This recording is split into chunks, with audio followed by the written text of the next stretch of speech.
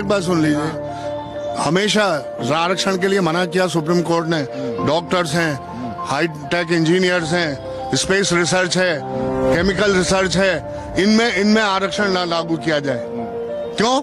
Research में तो सब स्टैंडर्ड लोगों को बैठा दोगे, वो क्या खाक रिसर्च करेंगे? आपने ऐसा कोई अध्ययन हुआ है 90% इस देश में? ऐसा कोई रिसर्च हुआ है? आप नहीं, आप बात सुनिए नहीं, ऐसे नहीं होता। आप मेरे को ये बताइए, कोई रिसर्च, कोई अध्ययन हुआ है जिससे ये साबित हुआ कि आरक्षण ने मेरिट का नुकसान किया है? नाम बताइए उस रिसर्च का। अभी आपको पता है कानपुर में, 90 लड़कों को कानपुर IIT ने बाहर कर दिया कि तुम पढ़ नहीं सकते, तुम कोप अप नहीं कर सकते, you can not cope up with the study.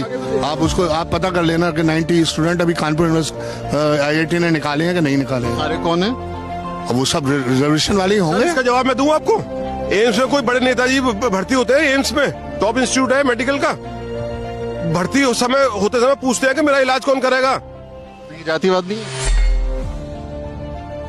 आप लेते हैं एग्जाम जब लेते हैं, ठीक है, आप एक जो फाइनेंशियली वीक है, आप उसको जरूर रिजर्वेशन दें, क्योंकि हो सकता है वो बेचारा गरीबी की वजह से पढ़ ना पाए।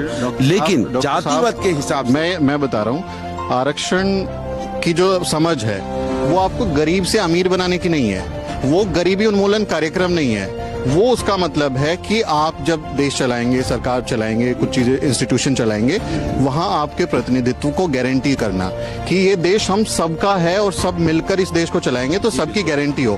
इसीलिए आरक्षण है। वो आपको गरीब से अमीर थोड़े एक तर्क पे हो। भारत में जातिवाद जो है, कास्ट बेस्ड डिस्क्रिमिनेशन, वो जाति के आधार पर होता है, आर्थिक आधार पर नहीं होता। इस बारे में आपका क्या कहना है? ये वर्ण व्यवस्था चली आ रही है सनातन धर्म की, उसमें हम कुछ नहीं कर सकते। हमारा भी जन्म एक इत्तेफाक है, हम कोई जानबूझ कर थोड़ी पैदा हुए हैं यार। ये तो ईश्वर ने हमें पैदा कर दिया, ब्राह्मण हो गए। मेरे बाबा पंडिताई करते थे, मेरे पास 300 रुपए नहीं होते थे MBBS में पढ़ने को यार। मुझसे तो कोई नहीं पूछ रहा है।